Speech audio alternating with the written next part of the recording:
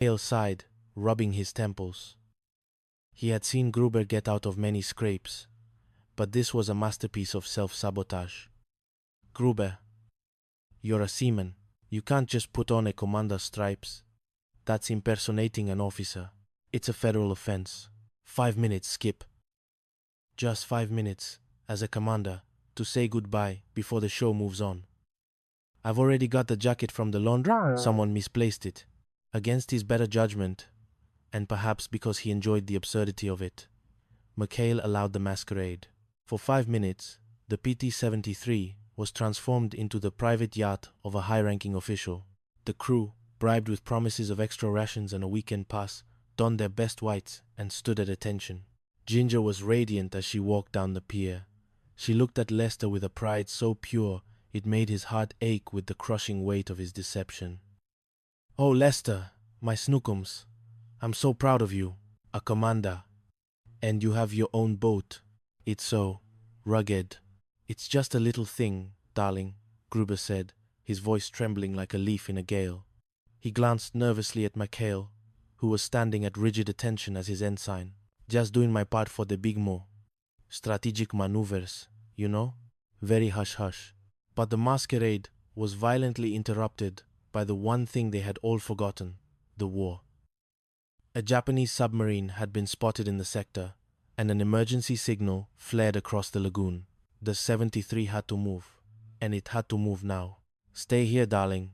Security protocol," Gruber shouted as the engines roared to life, nearly knocking Ginger off the pier.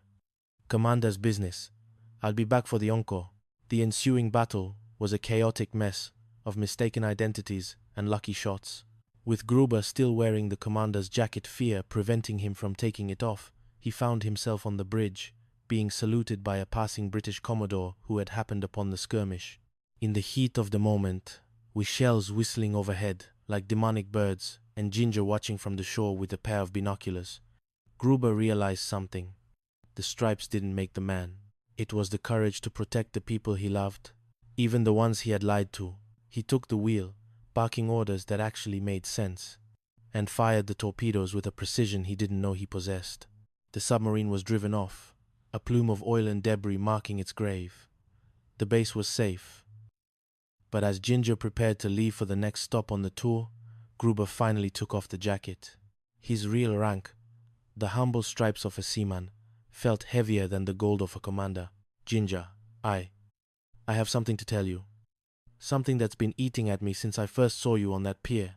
"I know, Lester," she said, her eyes soft and filled with a wisdom he hadn't expected. She reached out and touched his real rank. "I saw the name on the duty roster when I checked in. You're not a commander. You're just you." Gruber hung his head, prepared for the end. "I'm sorry. I just wanted to be someone you could be proud of. Someone who looked like the hero you deserve." "Lester Gruber," she said, pulling him into a kiss that tasted of salt, diesel, and tears. "I was never proud of the stripes. I was proud of the man who wrote me those letters from across the world. And after today, after seeing you fight for this base, I've never seen anyone braver. Just don't let me catch you in a commander's jacket again, or I'll tell the Admiral myself." Chapter 4. The Noumea Gambit. The war moved on, growing colder and more calculated as the front lines shifted. It was a masterpiece of bureaucratic malice. He was sending the PT-73 to New Caledonia to pick up the base payroll $62,000 in unmarked, crisp bills. He didn't just expect them to steal it. He wanted them to steal it. He had even tipped off the local underworld in Noumea about the shipment, hoping to create a situation so compromised that McHale couldn't possibly explain it away. "When they lose that money," Binghamton told a nervous carpenter, "it's the brig for the lot of them. Permanently. I'll be having my martinis in peace, while they're breaking rocks in Leavenworth." New Caledonia was a world away from the mud and mangroves of Taratupa. Noumea was a city of lights, chic cafes, and deep shadows, a place where the war felt like a distant rumor, until you looked too closely at the faces in the bars.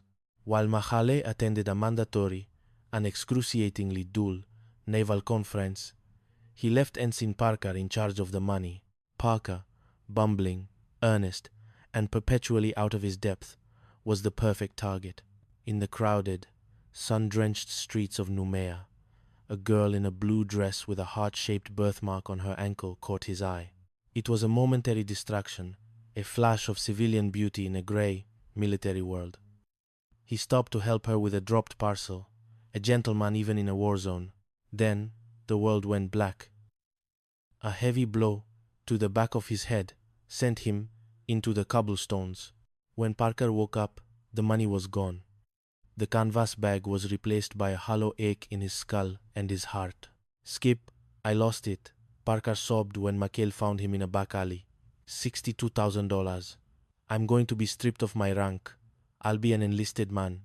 My mother, she'll never be able to show her face at the bridge club again. She'll have to move to New Jersey." McHale didn't panic. He knew this smelled like a Binghamton setup, spiced with local greed. "The girl, Parker. Tell me about the girl. Every detail. She had a birthmark," Parker whispered, his voice trembling. The search for the girl with the heart-shaped birthmark became a desperate race against time. Binghamton was already on his way to Noumea on a fast transport, ready to discover the theft and make the arrest himself. The crew of the 73 scoured the cafes and back alleys of the city.